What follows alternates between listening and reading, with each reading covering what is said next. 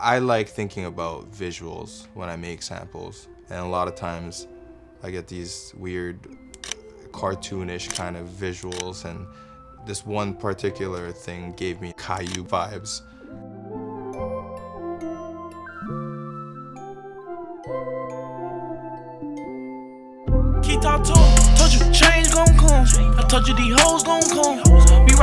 So I made that sample thinking of Caillou. Maybe that spirit just got transferred onto Lil Keed, and I can't say the line because it's inappropriate, but he has a line in the song about Caillou. Yeah, hands down my favorite track made off of any samples from my Volume 1. My music's been sampled by artists like Logic, Party Next Door, Future, Lil Mosey, Zan Man. I had a song with Lil Uzi. Justin Bieber, Don Toliver, Dirk, Juice WRLD. I'm Waves. I'm a producer from Toronto. I'm Cure, producer from Toronto as well. I'm Vinny, aka Young Buddha, because I'm young and I have a big stomach like the Buddha, so Young Buddha. There you go.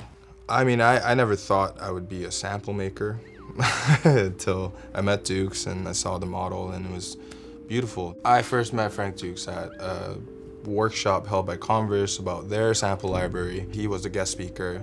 Oh, he was looking for an intern. I just took a shot, applied, and the next day he told me to come in. Just kind of watching, helping in whatever studio setups, cleaning windows, floors, whatever. Eventually he told me to do a Kingsway pack, so I ended up doing my first volume.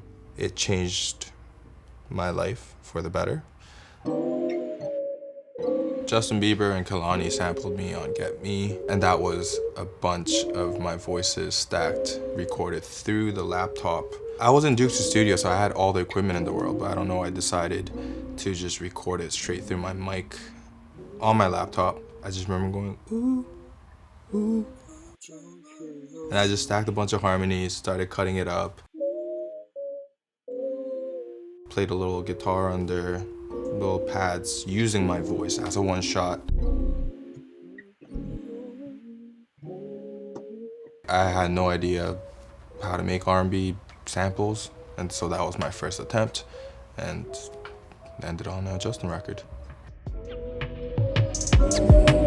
Oh, you don't compare, don't fit in with them, do you get me? I do feel great about seeing the context that other people saw, you know, in their vision. What I love most about making music, I guess the freedom of expression, right? Being able to dive into different worlds that you're not necessarily a part of. Being me, like an Asian kid, middle class from the city, my favorite genre is like hip hop music. Is something that I feel like I relate to in ways, but also a lot of ways that I don't relate to, you know, the topic. And it's really cool for me to be able to dive in that world by making the music and really getting a peak of like culture and lifestyle in a different perspective from my standpoint. Of course, what I'm most known for, No Flocking by Kodak Black. Almost everything that I've done till now really like started from that. When it happened to me, it was like almost unbelievable.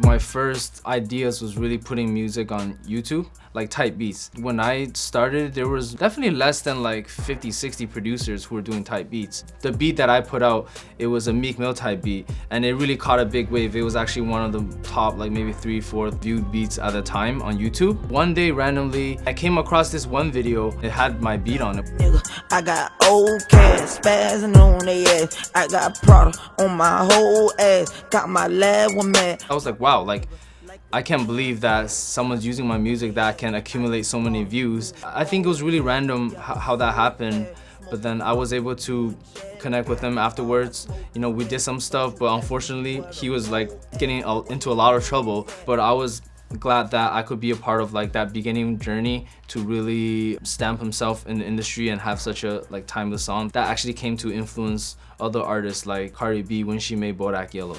Young nigga, I got old cats spazzing on their ass. I got expensive, these is red bottoms, these is bloody shoes. I first met Frank Dukes through Cure, one of my closest friends in music, also someone I went to high school with. When I first got into Frank's studio, I actually didn't make samples yet. I was still doing beats. As soon as you dive into the space, it's just kind of like natural that that's what most of the people are working on there. I just wanted to challenge myself and dive into something new and show that I was like capable to, I guess, mold into anything. Usually when I'm creating, it's like very free. A lot of the times I try to create off of, I guess, almost like thin air. I follow those vibes that I create off then, and then that's when I get more specific.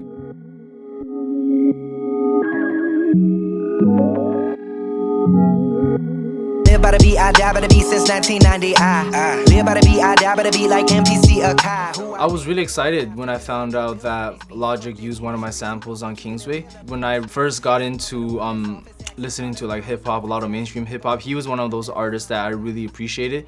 I felt like he was like telling a lot about his life from a very interesting perspective. So I was already a fan. It was an honor and it was dope. It always feels great to be able to like work with one of your artists that you really look up to. So I really appreciated that one. For me, music feels like a diary. I just express like what I'm thinking, whatever is in my brain, just put it out in audio. When my music is sampled, it feels incredible. I put this, you know, my thoughts, whatever was going through my mind at the moment, into this musical piece, and somebody found it dope enough to actually like put drums on it and get it placed, you know? So it's like, I feel like there's like this weird like connection me and that person have now. Or it's like that person like maybe felt the same thing I felt, and that's why they connected with this piece of music. My first Kingsway, it was kind of like playful, happy, like, cause I was excited. I'm like, yo, I'm doing the Kingsway, so it was like very like, you know, bright. I remember I got a text from Josh. I was sleeping, I just woke up, first thing I see on my phone, got a Lil Mosey placement, so I was really happy. It was one of the greatest feelings ever. I did it with my boy Quinn. That was the first sample we ever made in our life. He had like a broken guitar. One of the strings was broken, so he's like, yo, I don't even know how I could play. I'm like, yo, let's somehow make it work. So he just like first laid down some chords. And then I added like some other like chords under it. And then the guitar that he played, I just like flipped it crazy.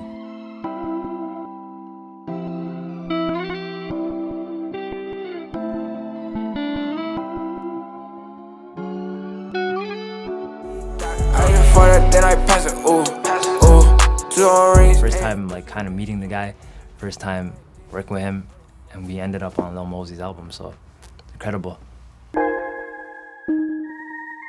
Meeting Frank was a very big experience in my life, working at the studio with him. Of course, the making music part was really important, but for me, I think he opened my eyes in terms of, I think, doing business. In the model of sampling and just the music business in general, business can be kind of confusing and blurry for a lot of music makers, especially on the come up. Kingsway and TrackLib sort of make that easier for people to understand how you're supposed to get paid, that it's not impossible to get a great piece of sample cleared. You don't have to go through so many loopholes and finding the people that own the musical pieces anymore. It's just like you can go directly hit up TrackLib or Kingsway, and the business is just so easy. I'm a big supporter of like, you know, keeping all your rights royalty free. I don't believe in like giving up my work for free, because I put a lot of time and effort into this, right? I put many years of learning. You know, the industry is built up on a long history of unfortunate ways to do business. So I think to see producers now, like a kid in his basement from a random city, being able to send samples and when his place, he actually has a lot of rights to it, and I think that's beautiful. I think TrackLib can change the way people view the idea of sampling and the business behind it, and have less stress worrying about, you know, okay, it won't cost me an arm and a leg. One of the most important things for me working at the studio and also working with Frank Dukes is surprisingly community, because the studio he was working at, he was constantly having people over. So every day working there, there was at least like 4, 5, 5, 6 people. And I think that led us to really do what we wanted, which is start Good Karma, the community that we want to represent out of Toronto. The single advice that helped me the most was that don't be too precious about ideas. You just let it go, let it be whatever it wants to be. Let it be a part of someone else's imagination. Don't overthink it. It's not over until the full product is made, I guess. There's no good or bad sample. The biggest thing I took from my internship with Frank was my little talks with him, sometimes outside, like, where he's just talking about, like, manifesting, like, believe in it, you know, you can do it. He told us his journey and how he, like, believed it's gonna happen. You have to visualize it before things happen, right? So, like, that was my biggest takeaway. It's like, then I started, like, really, like, visualizing the end of the road or where I want to be, and things got easier.